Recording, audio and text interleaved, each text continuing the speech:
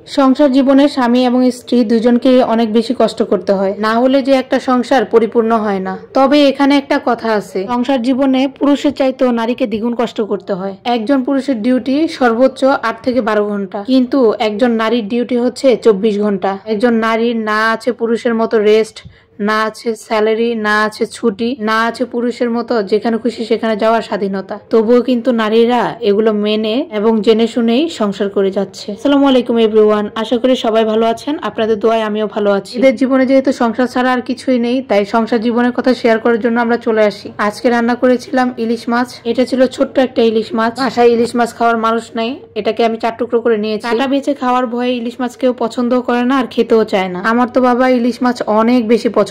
ইলিশ মাছে যত কাটা থাকুক না কেন আমি খাবই। কাঁচা মরিচ, পেঁয়াজ আর লবণ দিয়ে একটা পেস্ট করে ইলিশ মাছটাকে কিছুক্ষণ 20 থেকে 30 মিনিট ম্যারিনেট করে রেখে দিয়েছিলাম। ম্যারিনেট করে রেখে দেওয়ার কারণে বেশ খানিকটা মশলা এর মধ্যে মিশে গেছে। একটা কড়াইয়ের মধ্যে তেল গরম করে এই ম্যারিনেট করা ইলিশ মাছটাকে ছেড়ে দিব। তারপর আস্তে আস্তে এটাকে উল্টো পাল্টা করে একটু কষিয়ে নেব 4 থেকে 5 মিনিটের মতো। বেশি তাড়াহুড়া করা যাবে না, এতে করে মাছটা ভেঙেও যেতে পারে। এখানে কিন্তু কাঁচা মরিচ, পেঁয়াজ আর লবণ ছাড়া অন্য কোনো মশলা দেওয়া যাবে না, তাহলে কিন্তু ইলিশ মাছের টেস্ট নষ্ট হয়ে যাবে, ঘ্রাণ নষ্ট হয়ে যাবে। এরপর দিয়ে দিয়েছিলাম এখানে অল্প একটু পানি, তারপর একটা ঢাকনা দিয়ে লো আছে 5 থেকে 10 মিনিট আরো রান্না করে নিলাম। এরপর ঢাকনাটা তুলে নিয়ে দেখলাম যে একদম রান্নাটা পারফেক্ট হয়ে গেছে। তারপর পাশের চুলায় মুরগি মাংস রান্না হচ্ছিল, ভিডিওটা করতে পারিনি। আমি তাড়াহুড়ায় রান্না করলে ভিডিও করা হয় না, পরে আমি অলওয়েজ চেষ্টা করি ছোট ছোট ক্লিপ গুলো রেখে দিতে। এই মুরগির মাংসটাও কিন্তু কাঁচামরিচ দিয়ে রান্না করেছিলাম, এটাও খেতে বেশ মজা। আজকে 2টা তরকারি একদম কাঁচামরিচ দিয়ে রান্না করেছি। দুপুরে রান্না বান্না সমস্ত কাজ শেষ করে আমি দুপুরে খেয়ে নিয়েছিলাম। 2টা তরকারি বেশ মজা হয়েছিল খেতে,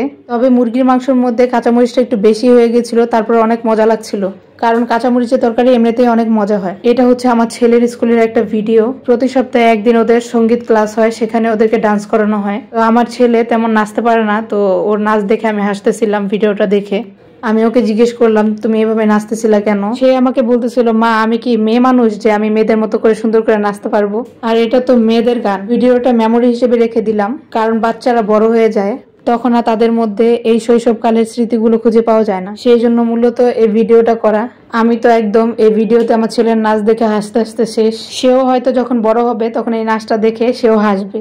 তো যাই হোক, রাতের বেলা আবার আমার ছেলে বায়না করতেছিল যে মা আমাকে ডোনাট বানিয়ে দাও। কোন রকম প্রস্তুতি ছাড়াই আমি কিন্তু ডোনাট বানাতে চলে গিয়েছিলাম। সে অনেক বেশি কান্না করতেছিল, আর এইদিকে ডোনাট বানাতে গিয়ে আমার ডোনাটের ইতিহাস হয়ে গেছে। নিজের বানানো ডোনাট দেখে নিজেই হাসতে হাসতে শেষ। ভাগ্যিস আমার ছেলেটা বাচ্চা মানুষ, সে যেহেতু এত কিছু বুঝে না, তাই তাকে 9-6 দিয়ে বুঝিয়ে তারপর ডোনাটটা খাইয়ে দিয়েছে। তো ডোনাটটা দেখতে এবড়া থেবড়া হলেও খেতে কিন্তু বেশ মজাই হয়েছে। ডোনাটটা ভেজে নেওয়ার পর আমি কিন্তু চকলেট দিয়ে আবার একটু ডেকোরেশন করে নিয়েছিলাম, দেখতে তখন বেশ ভালোই লাগছিল আর খেতেও মজা হয়েছে। এরপর আমার ছেলে যখন ডোনাট খাচ্ছিল আমি তার কাছ থেকে রিভিউ নিচ্ছিলাম, তো সে খেয়ে কিন্তু ভালো রিভিউ দিয়েছে। তো এই ছিল আজকের ভিডিও, দেখা হবে নেক্সট কোনো ব্লগে। সবাই দোয়া করবেন। আল্লাহ হাফেজ।